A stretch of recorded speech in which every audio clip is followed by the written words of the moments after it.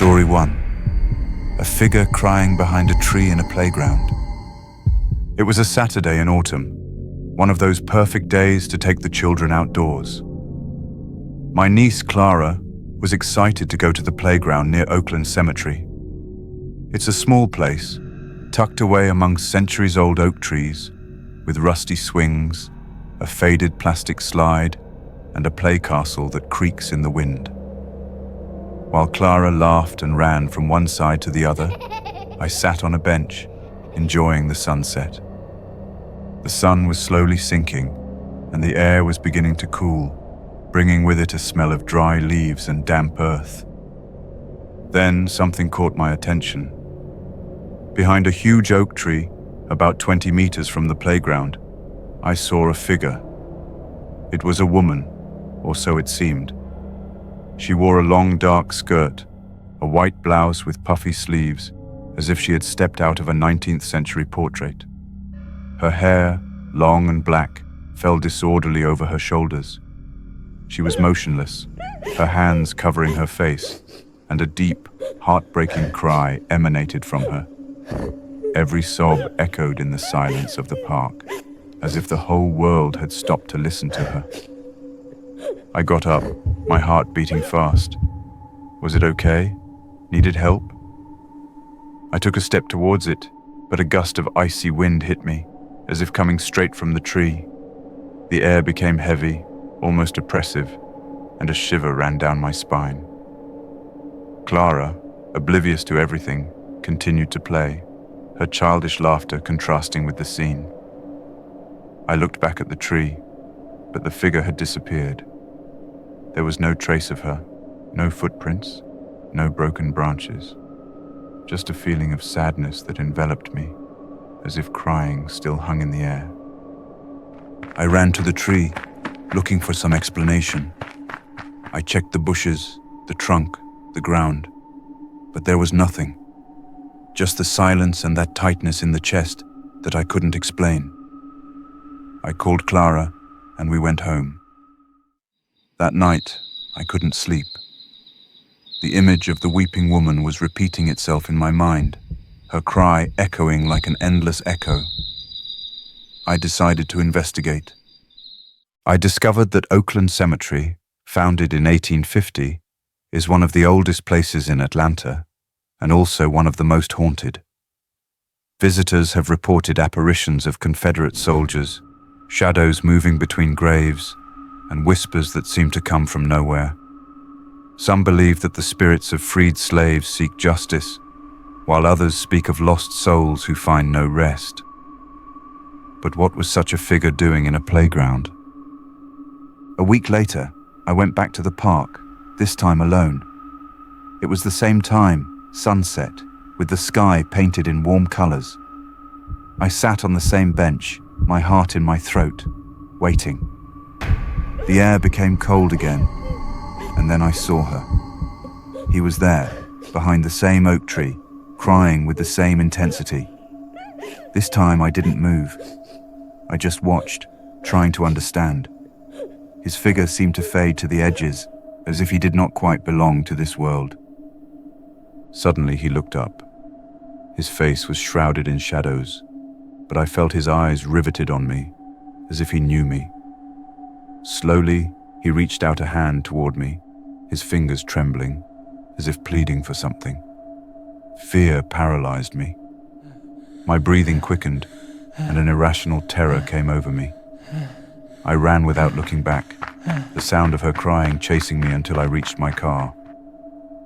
Since then, I haven't been back to the park.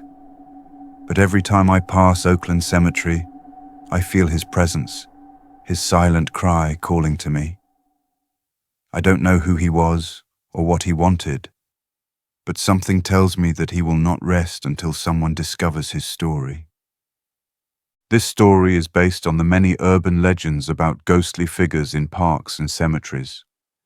In Atlanta, Oakland Cemetery is known for its apparitions, and while there are no specific records of a woman crying on the playground, visitors have reported feelings of sadness and unseen presences. It is said that the spirit of a mother who lost her son in an accident in 1897 could be seeking comfort in that place.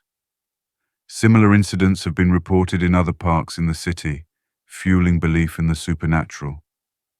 If you like this story, don't forget to subscribe to our channel. Only 20% of our viewers do, and your support helps us continue to create content like this. Join us and share these stories with your friends. Story 2. A call that arrives every 13th of every month. It was January 13th, 2023. I was alone in my apartment, working on my computer, when the landline rang. It's an old piece of junk that came with the place, and I almost never use it. All my friends contact me by cell phone. I answered, expecting a wrong call or a telemarketer, but there was only silence. A heavy silence, as if someone were listening on the other side. I hung up, thinking it was a mistake, and went back to my work. On February 13th, it rang again. It was late, almost midnight. This time, when I answered, I heard a whisper, low and raspy, as if someone was speaking from far away. I didn't understand the words, but the tone gave me goosebumps. The line was abruptly cut. I tried to trace the number with *69, but only got an unknown number message. I began to feel restless. Who was calling me? Why always on the 13th of each month? I decided to talk to my neighbors. Mrs. Thompson, an elderly woman who lives in the apartment next door, looked at me with nervous eyes when I told her. He told me that the house had a dark history. Decades ago, a man lived here with his wife, Elizabeth. She died in an accident in 1973, and after that, he began receiving strange calls every 13th of the month. They said it was Elizabeth, trying to speak from the beyond. The man, consumed by pain and madness, took his own life in this same apartment in 1975. I didn't want to believe him. It sounded like a village story, but the coincidence was too great. On March 13th, the call returned.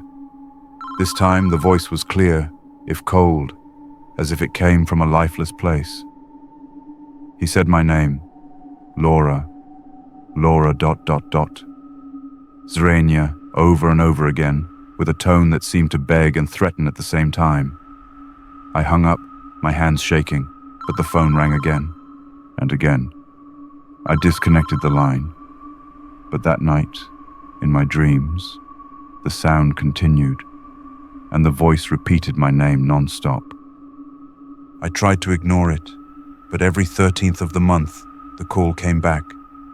I changed my number, even moved to another apartment across Atlanta, but on April 13th, the landline phone for my new place rang. It was the same voice, saying my name, now in a more urgent tone, as if it was desperate to tell me something. I have stopped answering, but the phone continues to ring every 13th of the month, always at midnight. Sometimes I hear the echo of that voice in my head, even when I'm awake. I don't know who he is or what he wants, but I'm afraid that one day, if I answer, I'll discover something I'm not prepared to know.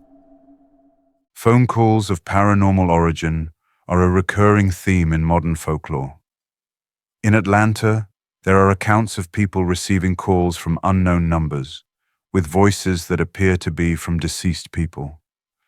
Although there is no specific case documented in this direction, stories of mysterious calls are part of the collective imagination, inspired by works such as Phone Call from a Ghost by Daniel Cohen, Goodreads.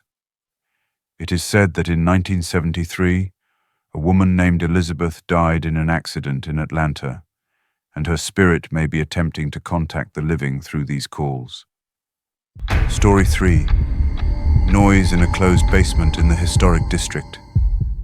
I'm a restorer architect, and I've worked on dozens of old buildings, but this project in Atlanta's historic district was different.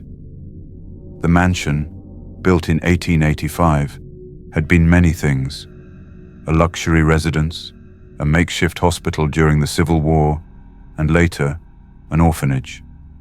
Now, it was being restored to become a museum. My job was to inspect the structure, make sure everything was in order. But there was a problem. The basement.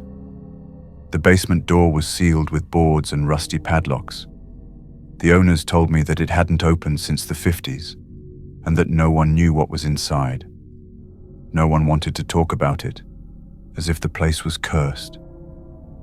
The first night I worked there, alone in the building, I heard strange noises from below, scratching, as if something scratched the walls, and soft knocking, as if someone was knocking from the other side of the door. I thought they were rats, or maybe the wind, but the noises continued every night, always after dark. It was a rhythmic, almost deliberate sound, as if something wanted me to hear it. Curiosity got the better of me. One night, armed with a hammer and a screwdriver, I forced the boards and opened the locks. The door opened with a creak that echoed into the silence, revealing a staircase descending into the darkness. I turned on my flashlight and went downstairs, step by step. The basement was huge, with mold-covered stone walls and a damp dirt floor. It was empty, save for a few old boxes and broken furniture piled up in a corner. But the air was cold, much colder than above, and there was a strange metallic smell, like dried blood. Then the noises began again, scratches, now louder, as if something was buried alive behind the walls. Then I heard whispers, voices that seemed to speak at the same time, but I couldn't understand the words. My flashlight flickered, and for a moment, I swore I saw a shadow move in the corner. I ran upstairs, slamming the door shut, but the noises didn't stop. They became more intense, as if something was furious about my intrusion. I researched the history of the building. During the Civil War, the basement had been a hospital for Confederate soldiers, many of whom died in horrific conditions. Later, when it was an orphanage in the 20s, there were rumors of abuse and disappearances of children. Some said that the basement was used for punishments, or worse. I decided to contact a paranormal investigation team. They went down to the basement with recording equipment and captured EVPs, electronic voices saying things like, "Help us," and "Set us free." Since then, I have not returned to work alone in that building. But every time I pass by, I feel something watching me, and the noises from the basement still echo in my head, as if something is waiting to be released. Atlanta's historic buildings, such as Rhodes Hall, haunted rooms, are known for their stories of hauntings. At Rhodes Hall, strange noises are reported in the basement, attributed to a malevolent presence. Although there are no specific records of this case, it is said that in 1927, during the time of the orphanage, tragic events occurred that left spirits trapped in the basement, seeking liberation. These stories remind us that, even in a vibrant city like Atlanta, there are mysteries that defy explanation. Do you believe in ghosts? Have you heard these stories? Leave us your opinion in the comments. If you like these stories, subscribe to our channel. We're small, and every subscription helps us grow. Share your terrifying experiences in the comments. Maybe your story will be next. Thanks for watching, and remember, in Atlanta, not everything you hear is real. Good night.